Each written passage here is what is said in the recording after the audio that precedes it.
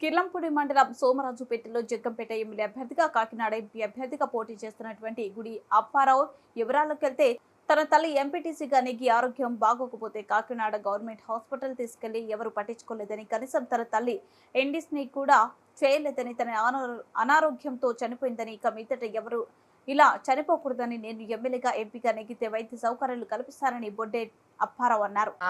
నమస్కారం అండి. నేను కాకినాడ పార్లమెంట్ ఎంపీ అభ్యర్థిగా పోటీ చేస్తానండి. జగ్గంపేట నియోజకవర్గం ఎమ్మెల్యే అభ్యర్థిగా పోటీ చేస్తానండి.